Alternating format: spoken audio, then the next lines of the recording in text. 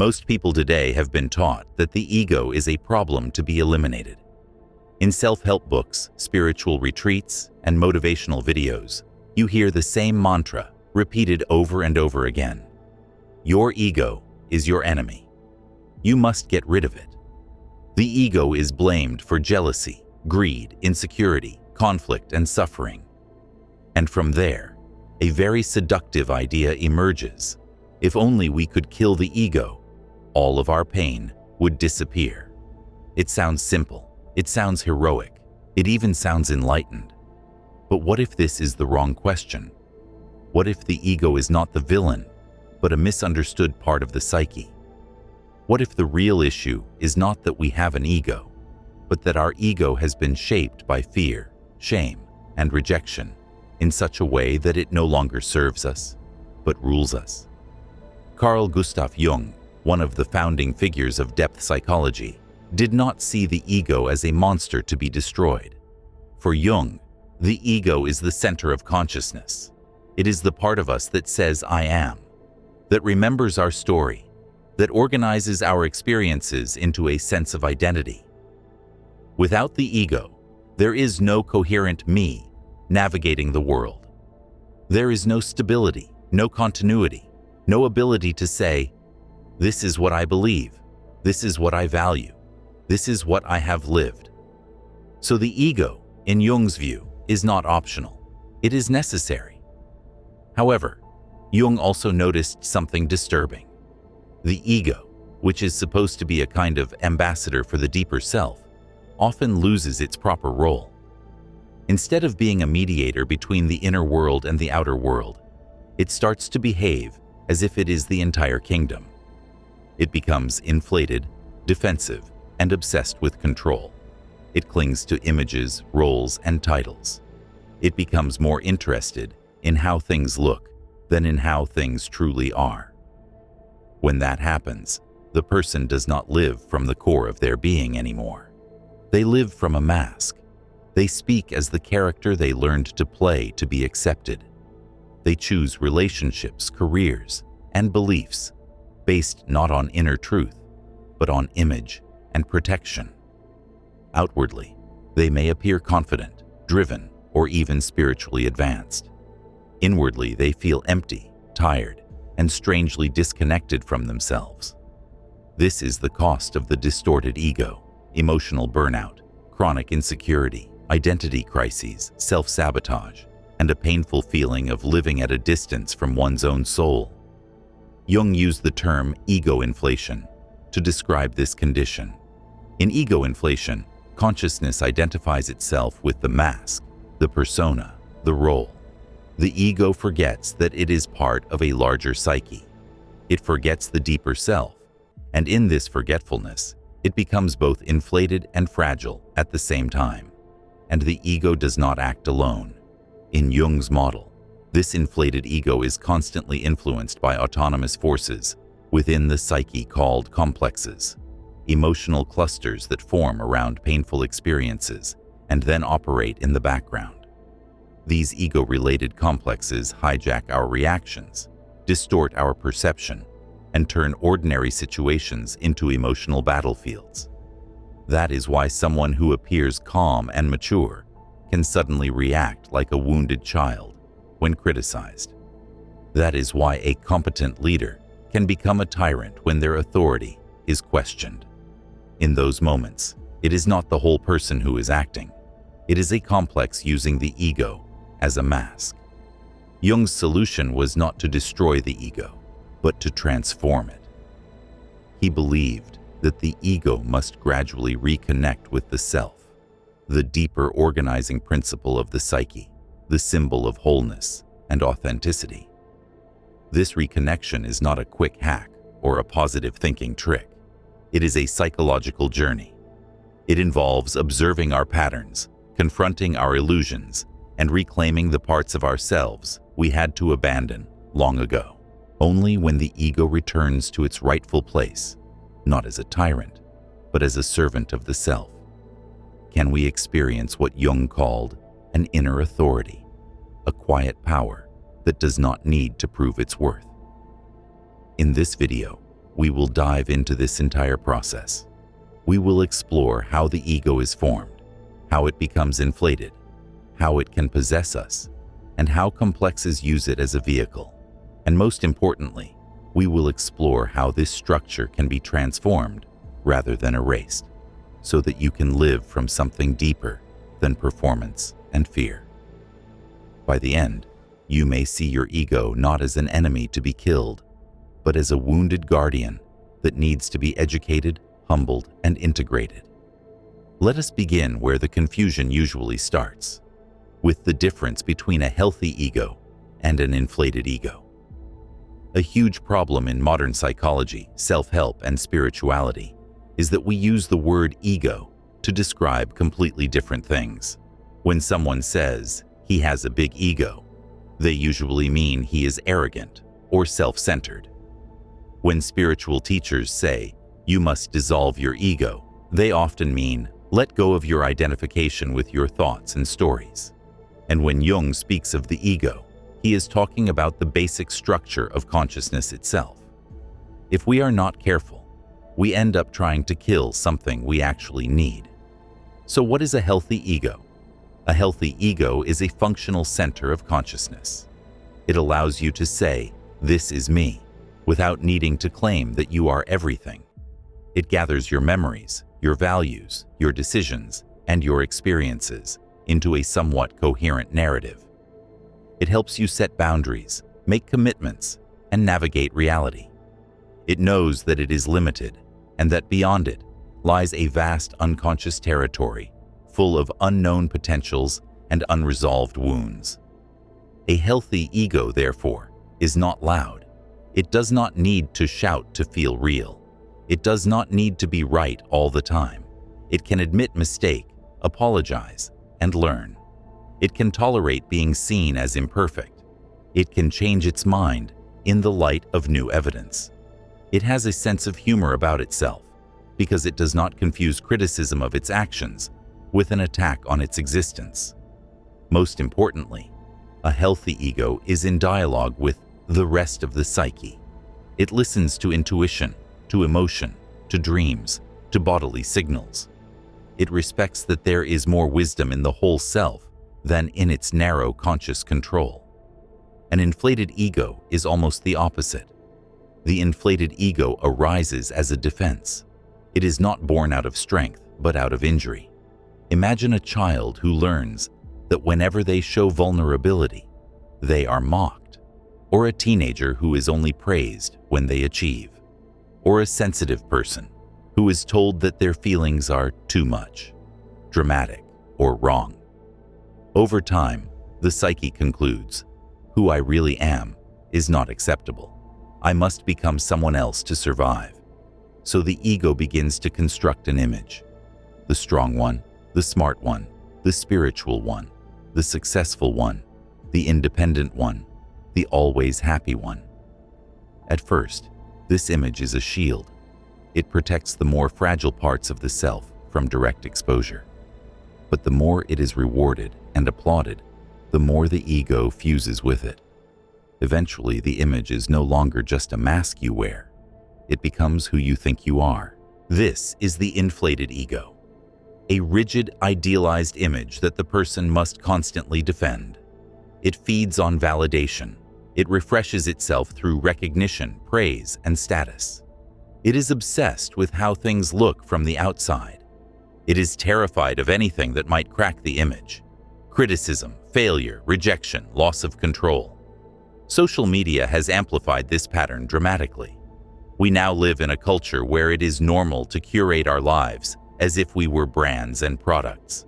Success is announced, suffering is edited, and identity is turned into a performance. Under these conditions, the inflated ego is not an exception. It is almost the default. The tragedy is that the more the inflated ego is celebrated, the more the authentic self is exiled. The person becomes a specialist in acting like themselves. Behind the polished image, insecurity grows. The person feels like a fraud, even when they are competent. They fear being found out. They struggle to rest because resting means dropping the performance, and dropping the performance feels dangerous. Intimacy becomes difficult because real intimacy requires showing the very parts of ourselves that the inflated ego is trying to hide. The inflated ego is like a castle made of glass. It looks solid from a distance, but it shatters under pressure. Notice that the problem here is not ego in the basic Jungian sense, but this rigid, defensive, inflated version of the ego. Jung argued that the real danger is our blind identification with this structure. When we believe that the mask is our true face, any crack in the mask feels like death. This leads us into an even darker territory, the state in which we no longer use the ego. The ego uses us. This is what Jung called ego possession. At first glance, the idea of being possessed by your own ego might sound strange. After all, isn't the ego simply me? If the ego is the center of consciousness, how can I be possessed by it? The answer lies in identification. When the ego believes that it is the whole of the psyche, when it disconnects from the self and from the unconscious, it starts to act not as a representative, but as an absolute ruler. It refuses input from anything it cannot control. It distrusts intuition, vulnerability, and any force that might challenge its dominance. In this state, you could say that your awareness has been completely swallowed by the ego. You are no longer able to step back and observe your own patterns. You are fused with them. From the outside, everything may seem fine. The person can maintain a career, a social life, a relationship. They can appear confident and organized. They can speak in impressive concepts about success, spirituality, or self-improvement. But if you ask them quietly, in a moment of honesty, do you feel truly yourself? The answer is often a pause, a sigh, or a confession of inner emptiness. In ego possession, life becomes all about maintaining the image. Every situation is unconsciously evaluated according to one question: what does this say about me? The ego stands in the middle of every experience, demanding constant confirmation that it is important, impressive, or at least in control. This has very concrete consequences. Criticism is no longer just feedback. It is an attack on existence. Being ignored is not just unpleasant. It feels like annihilation. Failing at a task is not simply a normal part of learning. It becomes proof that I am nothing. Even small disagreements can feel like betrayals because they threaten the ego's need to be right. Under ego possession, the nervous system lives in constant tension. There is always something to defend: status, image, role, identity. The person cannot relax into being because being has been replaced by appearing. This chronic inner war consumes an enormous amount of psychic energy. It leads to fatigue that sleep cannot fix, an exhaustion that comes not from doing too much, but from constantly pretending to be more than we believe we are.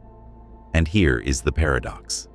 The more the ego fights to keep its image intact, the weaker it becomes, because its entire sense of worth depends on external conditions that are always changing. Ego possession does not happen in a vacuum.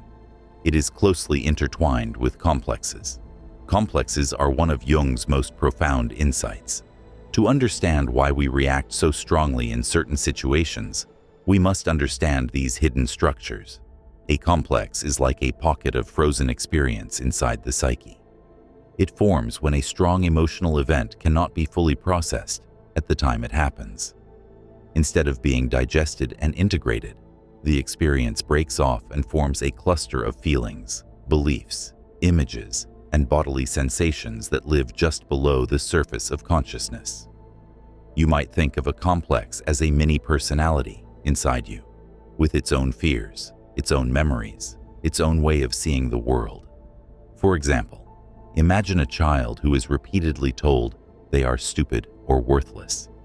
Each humiliating comment, each mocking laugh, each moment of being dismissed leaves a mark. Over time, these marks bind together around a central theme: I am inadequate. That cluster of emotion and belief becomes an inferiority complex. Later in life, this person may be competent, successful, and intelligent, but the old complex does not know that. It is stuck in time. When a situation even remotely resembles the original wound, a criticism, a disappointed look, a comparison with someone else, the complex activates. Suddenly, the person is no longer reacting as their present-day self. A younger, hurt part of them has taken the steering wheel. They might lash out in rage, withdraw in shame, or collapse into despair. Afterwards, they may say, "I don't know what came over me," because the reaction felt disproportionate and out of character. In Jung's words, we do not simply have complexes. Complexes have us. The ego, especially an inflated ego, is extremely vulnerable to being overtaken by complexes. Because the inflated ego is always trying to prove something, it is full of sensitive spots. Each of these spots corresponds to an unfinished story, a wound wrapped in defenses. When a complex is triggered, it captures the ego's energy and uses it to act out its old script. You might notice this in yourself. In some situations, you feel like a wise adult, capable of nuance and patience. In others, you feel like a furious child, a panicked teenager, or a desperate people pleaser. Those are your complexes speaking. The more we repress them, the stronger they become. Ignoring a complex is like trying to bury a seed in fertile soil. It does not disappear. It grows in the dark, waiting for the right conditions to break through. This brings us back to Jung's central point. The goal is not to annihilate the ego, but to transform its relationship with the rest of the psyche. The ego must learn that it is not the absolute ruler, but a participant in a larger whole. It must learn to relate to complexes rather than being possessed by them. It must become curious about its own reactions instead of blindly defending them. How does this transformation happen? Jung called the process individuation, the unfolding of the self through the integration of previously unconscious contents. Individuation is not a technique, it is a way of living, but we can point to some essential movements within it. The first movement is self-observation. The ego learns to observe its own patterns without immediate justification or condemnation. Instead of saying, "I was right to react that way," or "I am terrible for reacting that way," we begin to ask, what was really happening in me? What did that situation touch? This simple shift from defense to curiosity is revolutionary. It opens a space between the ego and the complex. In that space, something new can appear: understanding. The second movement is confrontation. This does not mean attacking ourselves. It means facing the truths we have avoided. We begin to admit, for instance, my anger is not only about this moment, it is also about many moments in my past when I felt powerless. Or, my need to impress others is not a personality quirk. It is a strategy I developed to avoid feeling unworthy. Confrontation is painful because it dismantles illusions. But it is also liberating because what is dismantled is not the real self, only the mask. The third movement is reintegration.